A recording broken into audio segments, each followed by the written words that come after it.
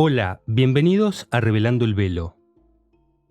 La magia del caos, de la que me han pedido tantas veces que hable, es una corriente que surgió en el Reino Unido a finales de la década de 1970 y que debido al espíritu de la época, ya que se desarrolló junto con el movimiento punk y la primera ola protoindustrial, adoptó un enfoque radical que sacudió al mundo del ocultismo. Los magos del caos no se preocupaban por las túnicas, las iniciaciones, los grados o las espadas flamígeras. En cambio, decían que cualquiera podía hacer magia. De hecho, que cualquier traza de pensamiento mágico comparte la esencia de la magia del caos.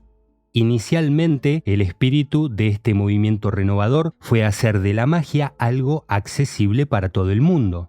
Muchos practicantes mágicos comenzaron a adoptar el enfoque de hazlo tú mismo que en esa época se estaba implementando en otros ámbitos, dando como resultado la idea de que la magia es algo que cualquiera puede hacer.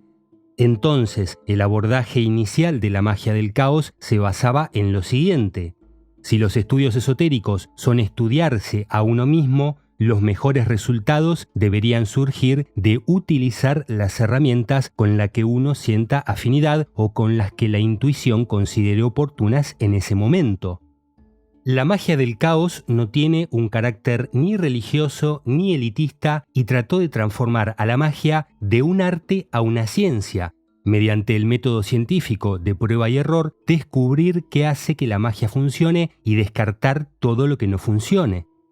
Y esto es muy interesante porque es como antiguamente era vista la magia en Oriente, como una práctica experimental donde los resultados no están asegurados. Y acá es donde entra en juego el caos, que es visto como una fuerza primordial que subyace a toda la realidad y desde la cual emergen las estructuras temporales del orden. Es una fuente creativa a la que se puede acceder a través de la práctica mágica.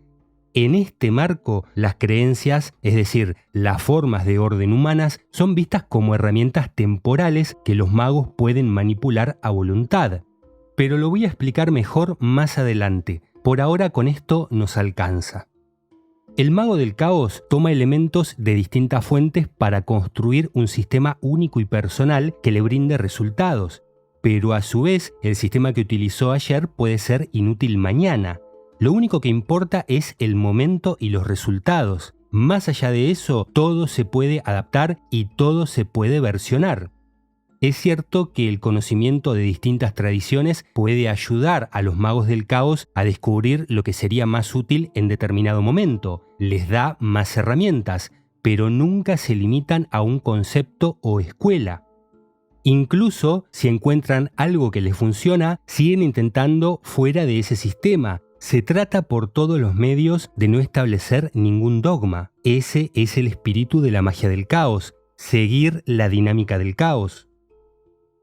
El mago del caos cree profundamente en cualquier método que utilice, pero luego deja de lado esa creencia para estar abierto a nuevas perspectivas.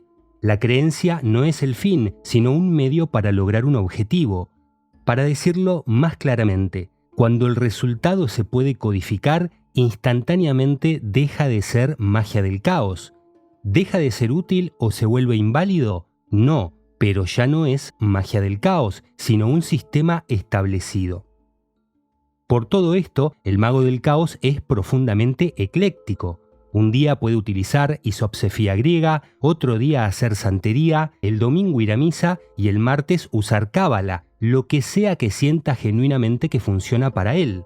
Por lo tanto, es una práctica en la que se le da a los dioses, los ángeles, los demonios, los genios, los santos, etc., el mismo nivel de importancia que, por ejemplo, a un personaje de ficción de una novela de Lovecraft, a una figura de la cultura popular o a un personaje de cómics.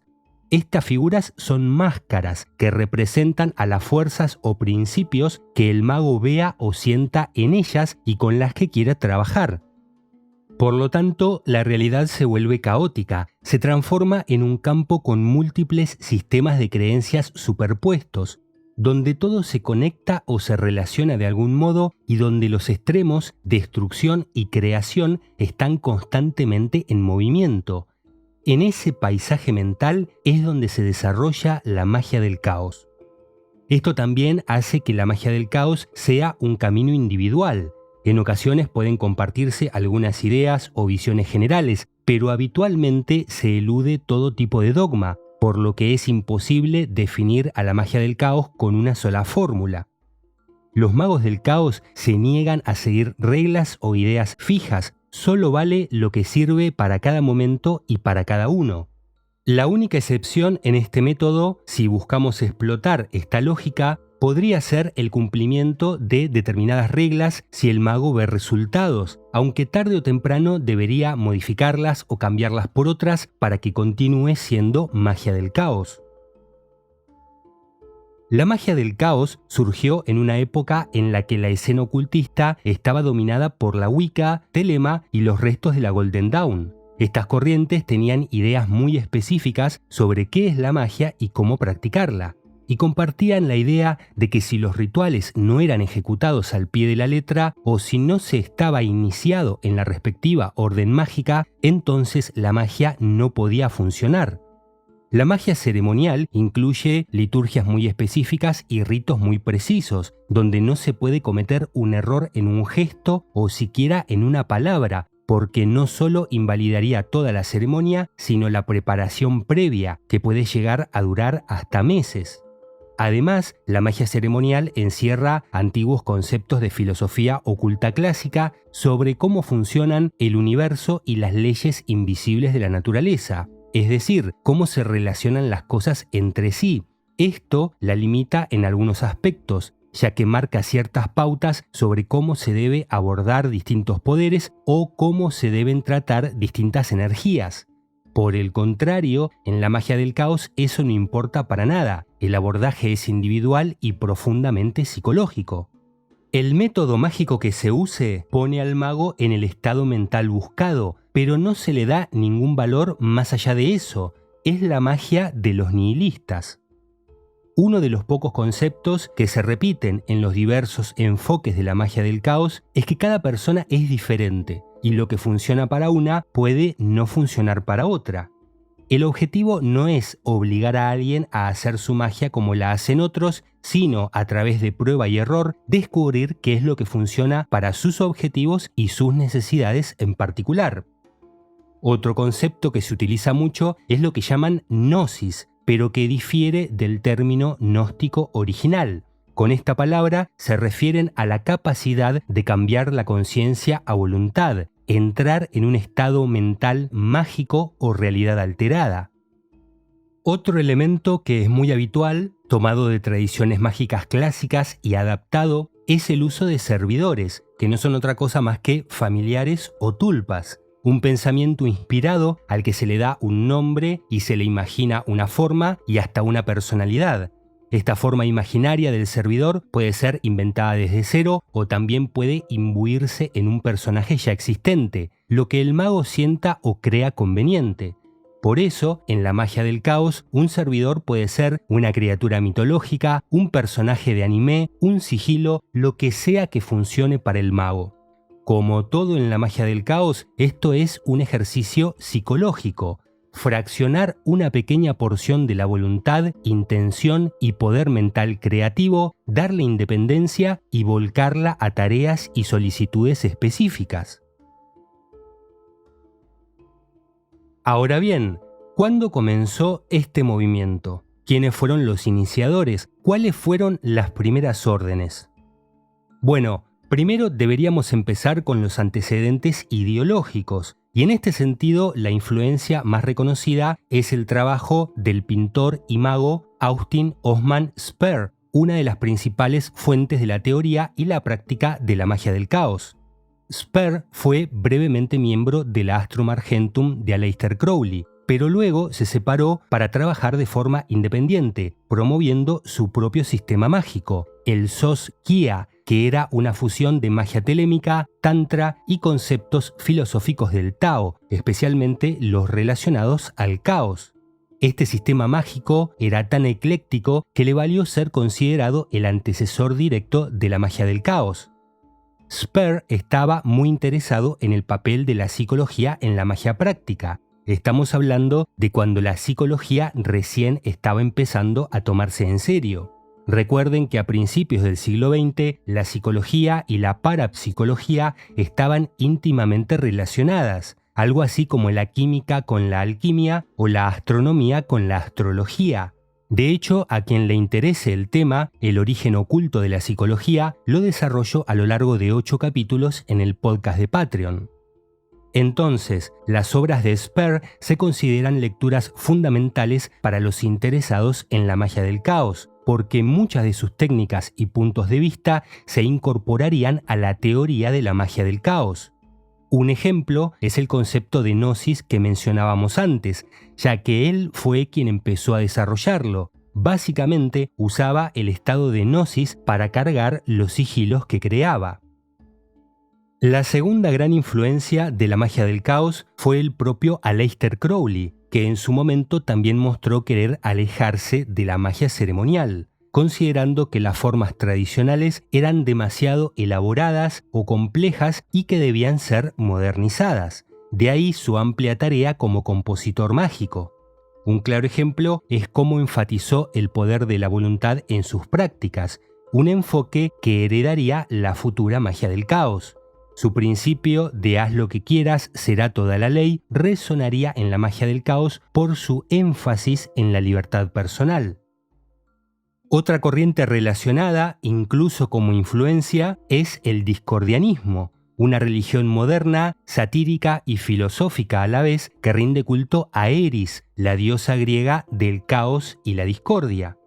El discordianismo y la magia del caos comparten su visión en el subjetivismo, la irreverencia y la flexibilidad en cuanto a las creencias y las prácticas. Es decir, ambas son antidogmáticas y buscan trascender las limitaciones del pensamiento lineal y las creencias tradicionales. Por eso, muchas personalidades famosas relacionadas al discordianismo también pertenecieron a órdenes de magia del caos, como por ejemplo Timothy Leary, William Burroughs y Robert Anton Wilson, que fueron iniciados de los Iluminados de Thanateros, la primera y más célebre orden de magia del caos. También me gustaría nombrar como influencia a la obra de H.P. Lovecraft, especialmente a los mitos de Cthulhu, ya que proporcionó todos los elementos estéticos e imaginativos clave para componer un sistema de creencias mágicas, por lo que los primeros magos del caos utilizaron mucho el detallado lore de los mitos de Cthulhu. Ahora bien, los creadores de la magia del caos fueron Ray Sherwin y Peter Carroll, ambos ocultistas ingleses practicantes de magia ceremonial que estaban cansados de los sistemas mágicos tradicionales y las órdenes establecidas, como por ejemplo la Golden Dawn, la OTO y la Astrum Argentum. Carroll y Sherwin se conocieron en los círculos ocultistas de Londres y cuando vieron que compartían su visión, se hicieron amigos y comenzaron a experimentar con la magia de sigilos basándose en las enseñanzas de Austin Osman Spare. A mediados de la década de 1970 comenzaron a publicar un magazine ocultista llamado The New Equinox, una publicación que contribuyó al surgimiento de toda una nueva generación de ocultistas y ayudó a difundir las ideas que darían lugar a la magia del caos. Este nuevo enfoque de la magia se vio potenciado por el marco cultural de la época. La vanguardia artística e intelectual en ese momento era la escena punk, y aunque son fenómenos distintos, compartieron un ethos que incluía la irreverencia, el rechazo al dogma, el hazlo tú mismo y la experimentación, lo cual convertiría a la magia del caos en un terreno accesible para las nuevas generaciones de punks, góticos y protoindustriales de aquel momento. Finalmente, en 1978, después de un tiempo de colaboración, debate y experimentación, decidieron formalizar su visión mediante la creación de una nueva orden mágica que sirviera como una plataforma organizativa para la magia del caos, el Pacto Mágico de los Iluminados de Thanateros. A diferencia de otras órdenes esotéricas, donde el juramento o voto puede implicar un conjunto de creencias estáticas o rígidas, ellos promulgaron un pacto que, aunque incluye un juramento, se concibe más bien como una forma de alianza mágica.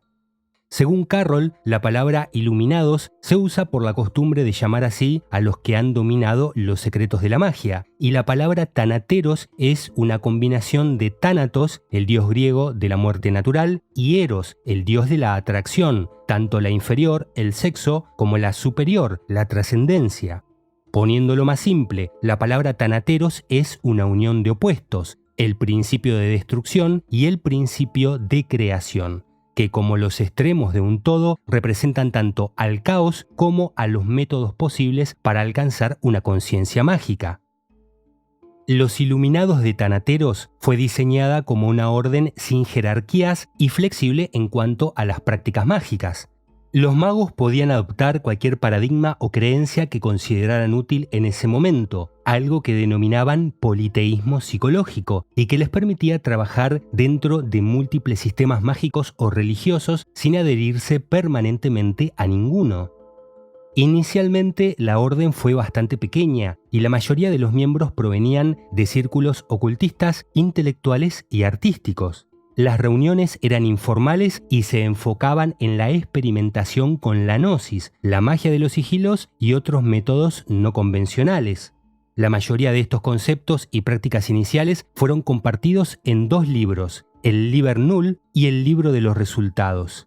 El Liber Null, escrito por Carroll en 1978, fue el primero en detallar la teoría y la práctica de la magia del caos, introduciendo la idea de la gnosis como estado de conciencia alterado para realizar la magia, el uso de sigilos y el concepto de que la creencia es una herramienta que puede ser cambiada según la necesidad del mago.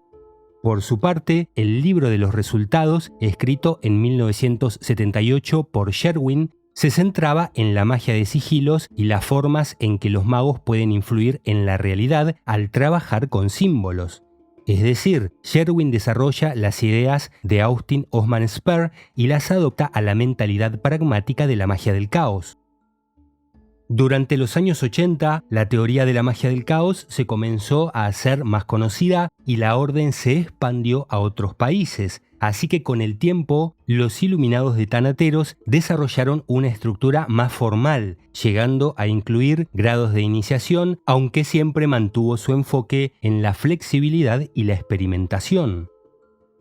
En 1990, la orden sufrió un cisma, una crisis interna conocida como la Guerra de los Helados. La naturaleza exacta del conflicto nunca fue aclarada, o mejor dicho, las declaraciones de los implicados no coinciden, pero se sabe que fue el resultado de conflictos sobre la doctrina de la magia de hielo.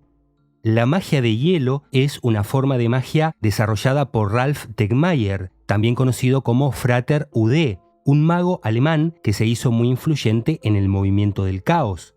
Este sistema se centra en el empleo de estados mentales fríos y desapegados en contraposición a los enfoques más emotivos o fervorosos que predominan en la mayoría de sistemas mágicos. Tegmayr usa el concepto de hielo como metáfora para un enfoque disciplinado, muy cercano a la apatheia del estoicismo, es decir, un enfoque racional y mentalmente equilibrado para abordar el trabajo mágico. Tegmayr desarrolló esta técnica en reacción a lo que él veía como excesos emocionales dentro de la comunidad de la magia del caos. Bueno, no me quiero extender más para no irme del tema, pero si ustedes gustan me lo hacen saber y en otro momento hablamos de la magia del hielo, que es sumamente interesante. Pero en resumen, todo esto causó un gran debate. Por ejemplo, ¿cómo se puede cargar un sigilo sin energía emocional? Como fuese, este conflicto generó desacuerdos entre los líderes sobre la dirección que debía tomar la orden. Como resultado, los capítulos de Suiza y Alemania se separaron de la orden y más tarde Sherwin y otros miembros clave también abandonaron el pacto. El único de los líderes que permaneció en la organización fue Carroll, o por lo menos por un tiempo, porque después de publicar otro libro, el Liber Chaos, abandonó la orden en buenos términos. El pacto de los Iluminados de Tanateros todavía existe y continúa atrayendo a practicantes mágicos, aunque ha pasado por varias transformaciones a lo largo de los años. llegando a tener miembros muy conocidos en la cultura popular como William Burroughs, Alan Moore, Timothy Leary, Grant Morrison, Marilyn Manson, Robert Anton Wilson o Genesis P. Aldridge, por nombrar algunos de los más conocidos que lo han hecho público. Precisamente por esto, la magia del caos tuvo una influencia notable en la cultura popular, especialmente en las subculturas alternativas, en la creación de expresiones artísticas transgresoras en distintos campos artísticos y en la cultura digital. De hecho, la leyenda cuenta que los primeros memes eran secretamente sigilos digitales creados para influir en el humor colectivo. Pero su legado más importante es haber modernizado a la magia, con un enfoque que enfatizó la libertad individual, la flexibilidad y la experimentación. Como también ayudó a revivir, o mejor dicho, le dio un protagonismo revitalizado al concepto esotérico de caos.